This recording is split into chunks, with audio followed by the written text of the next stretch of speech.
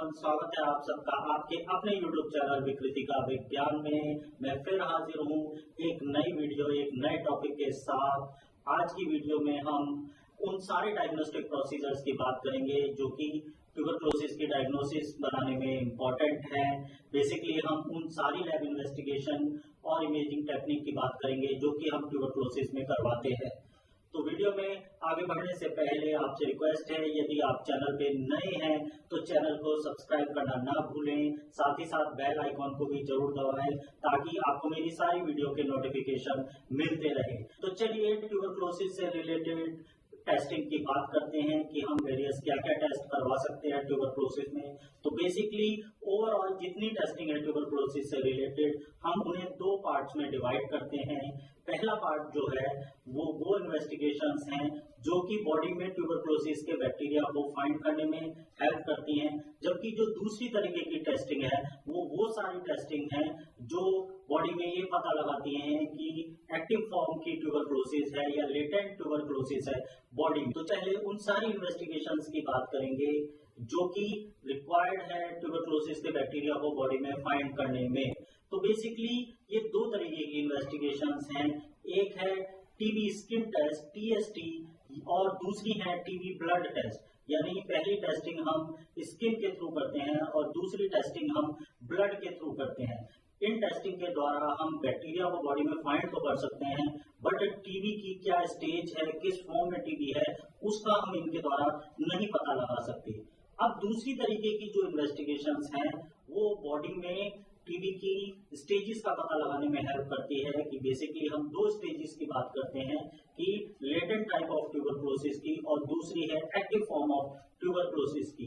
तो इसके लिए हमें वेरियस टेक्निक्स, वेरियस इन्वेस्टिगेशन की जरूरत पड़ती है, जैसे कि स्प्यूटम एग्जामिनेशन इनमें से एक इन्वेस्टिगेशन है। उसके अलावा चेस्ट एक्सरे, अगर पल्मोनरी ट्यूबरक्लोसिस है तो चेस्ट एक्सरे बहुत इंपॉर्टेंट टूल है इसकी फाइंडिंग करने में। तो सबसे पहले हमें टीबी की टेस्टिंग किन लोगों में करवानी चाहिए उसके बारे में जानते हैं। तो सबसे पहले जो ग्रुप है जिनके अंडर हमें टीबी की टेस्टिंग करवानी चाहिए, जो रिसेंटली कांटेक्ट में रहे हो टीबी के पेशेंट के साथ में, जैसे कि टीबी के क्लोज रिलेटिव्स। दूसरा हम देखते हैं कि ऐसी कंट्रीज में हमें टीबी की टेस्टिंग करवानी चाहिए जहां टीबी एंडेमिक वे में पाई जाती है, जैसे कि हमारी कंट्री में बहुत संख्या में टीबी के पेशेंट्स देखने को मिलते हैं।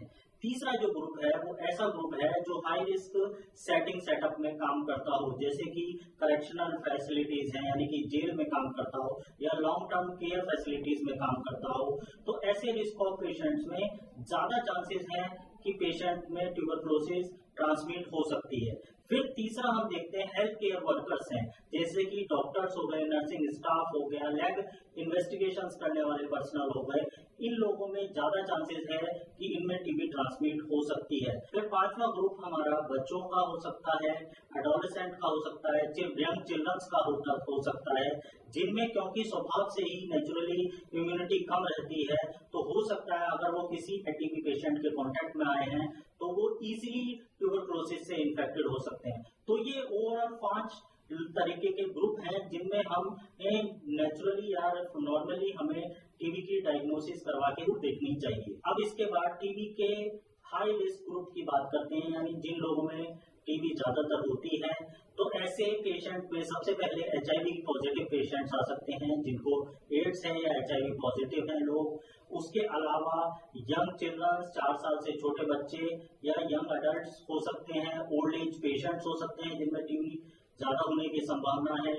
इसके अलावा IV ड्रग अब्यूजर्स हो सकते हैं। इसके अलावा वो पेशेंट्स हो सकते हैं जिनमें कोई अदर डिजीज हुई है, कोई क्रॉनिक डिजीज हुई है जिसकी वजह से उनकी इम्यूनिटी वीक हो गई है। इसके अलावा अगला ग्रुप उन पेशेंट्स का आता है जिनको पिछले 2 सालों में ट्यूबरक्लोसिस हो चुकी हो, उनमें भी हाई रिस्क रहता है कि उन्हें दोबारा या पोस्ट प्राइमरी ट्यूबरक्लोसिस हो सकती है। उसके अलावा ऐसे टीबी पेशेंट्स जिन्होंने ट्रीटमेंट को प्रॉपर्ली फॉलो नहीं किया है, तो ऐसे पेशेंट्स में भी आपको ट्यूबरक्लोसिस होने के ज्यादा चांसेस रहते हैं।